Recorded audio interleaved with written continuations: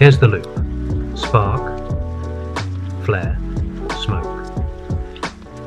Regret. Repeat. The spark is a thought, the flare is stress, the smoke is foggy thinking. Then comes regret.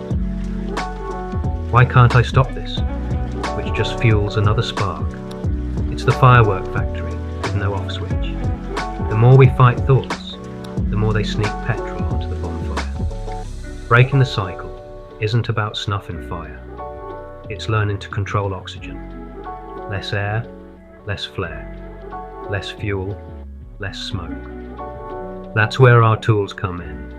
Safe ways to handle mental fireworks.